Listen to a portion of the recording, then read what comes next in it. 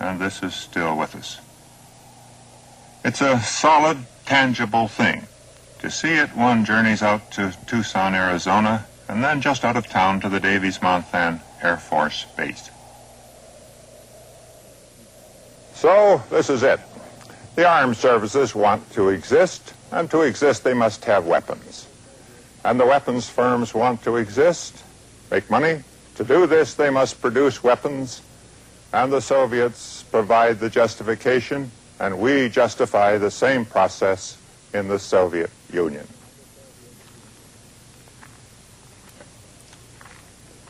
It is no longer believed that conflict between the two powers is necessary or inevitable. No one believes that either system could survive the conflict. We are reduced to believing that the competition prevents the conflict. Here is one result of the competition: the world's largest used airplane lot.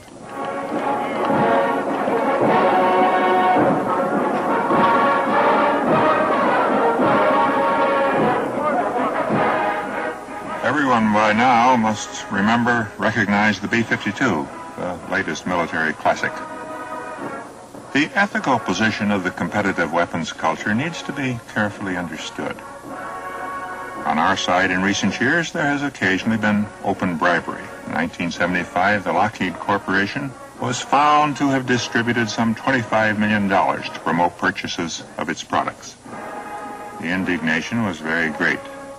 And in Italy, Japan, the Netherlands, Germany, the effect on friendly governments and politicians could easily have led a paranoid anti-communist to imagine that the corporation had been taken over in its financially troubled days by some financially astute arm of the Soviet Secret Service.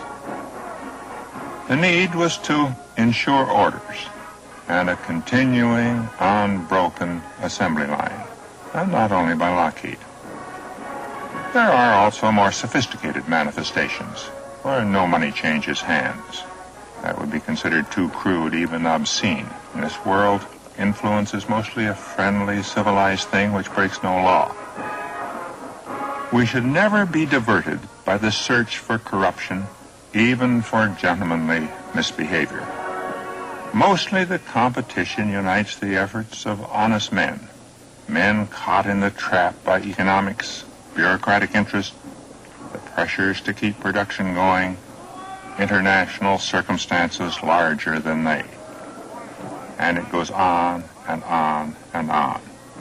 Rather like these helicopters. They're not, by the way, obsolete. They were, as it is said, made surplus to requirements by peace in Vietnam.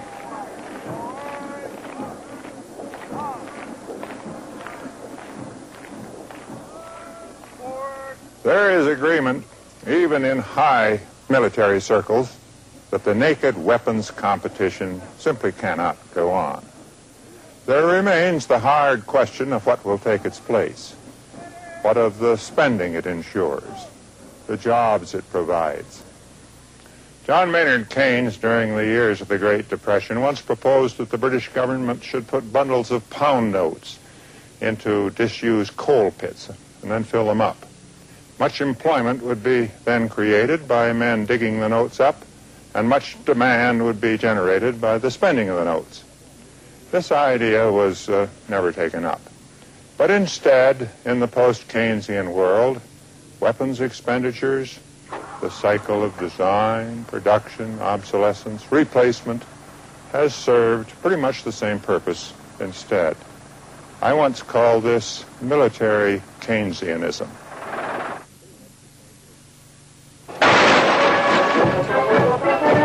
Military spending is certainly more easily increased than spending for civilian needs and welfare. Like those lines of helicopters, the limits are infinity. But I no longer think military spending is irreplaceable as a support for the modern economy.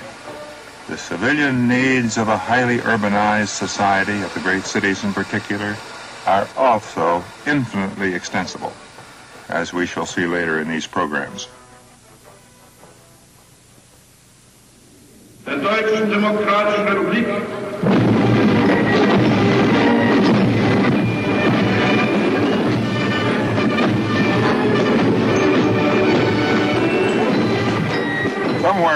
USSR, there is also a Davies month end. It's not an easy place to go and photograph. As always, we see behavior and anomaly most plainly in the open society. But as the competition here examined is two-sided, so are its costs. And as in the West, they're not confined to principles.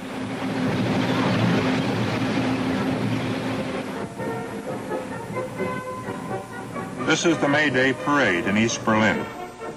As in the Soviet Union, the weapons competition here too uses energies, resources that are subtracted from urgent civilian need, a need even more urgent than ours.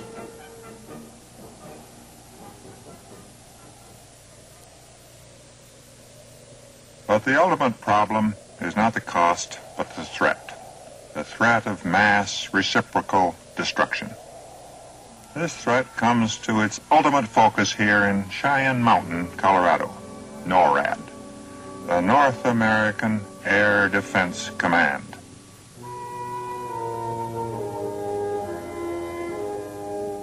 NORAD is the command post for nuclear war, built 1 mile into the heart of the Rocky Mountains. It's a long way in.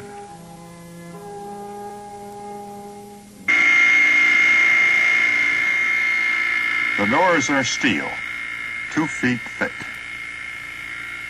It is hoped that they're also bomb-proof.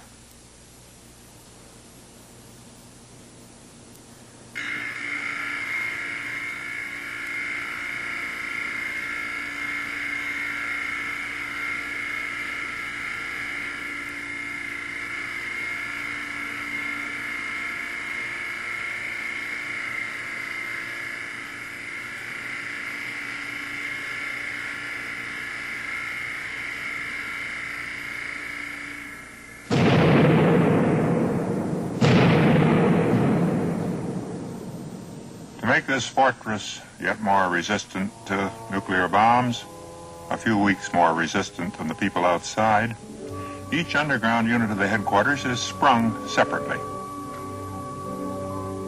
The springs absorb the shock, leave the rooms functional.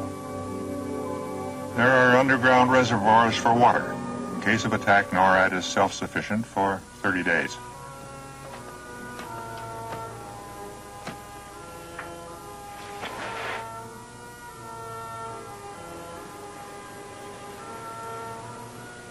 This is the central control room. Here, the news of impending attack, if all works properly, will first be known. The responding decision is, of course, for higher authority, if he can be reached.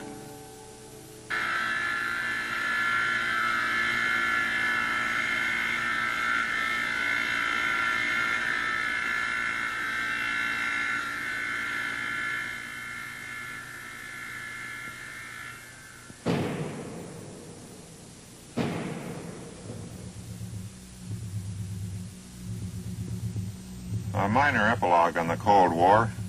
Both Soviet and Chinese sites are now monitored from NORAD. This is a reminder that the day of a simple, unified, relentlessly probing enemy is past. It's a reminder also that to arrest and roll back the competition between the Soviets and ourselves is also an essential step for halting the spread, the proliferation of nuclear weapons. Unless that is done, the watch here at NORAD will one day become very complex. There will be no time for the children. There will be no children.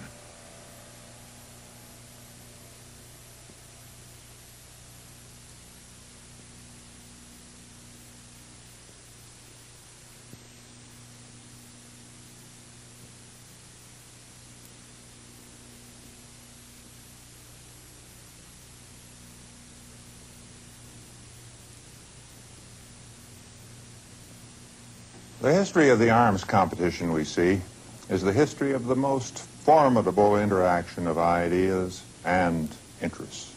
Nationalism, patriotism, religious faith, rival economic systems,